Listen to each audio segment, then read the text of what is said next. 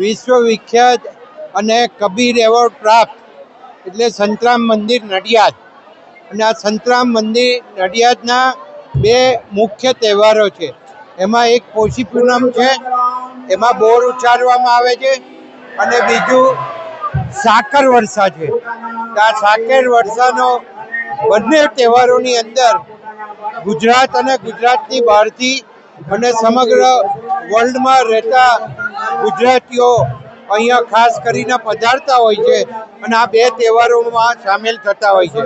આજે પોષી પૂનમના દિવસે બોર ઉછાળવાનો મહિમા છે, અને એ મહિમા એટલા માટે છે કે પોતાનું બાળક જો બોલતું ના હોય અથવા તો તોતડું બોલતું હોય તો આ બોર ઉછાળવાથી એ બાળકની અંદર એક જ વર્ષની અંદર એ ફેરફાર આવે છે અને એ બાળક બોલતું થઈ જાય છે, અને તોતડું હોય તો સરખું બોલતું થઈ જાય છે.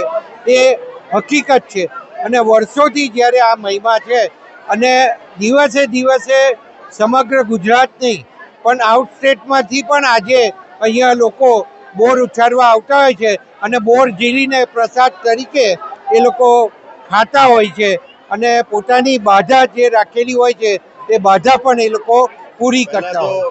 સૌ નગરવાસીઓને જય મહારાજ.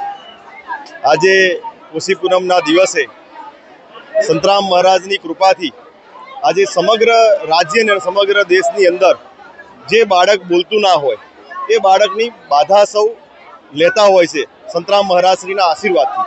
ત્યારે આ દર વર્ષનો એક મહિમા છે કે બાળક બોલતું થાય ત્યારે બોર ઉચ્ચારણનો મહિમા છે.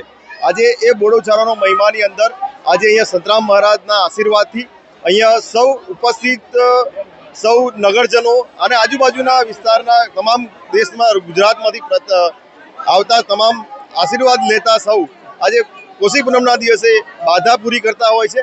અને શ્રી સંતરામ મહારાજનું મંદિર આજે વિશ્વવિખ્યાત સમગ્ર રાજ્યની અંદર સમગ્ર દેશની અંદર પ્રખ્યાત છે.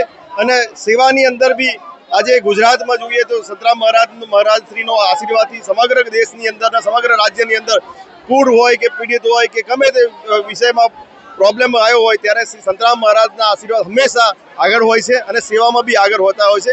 એટલે આજે આશીર્વાદ લેવાનો મને અહીંયા મોકો મળ્યો છે. સહી જય મહારાજ.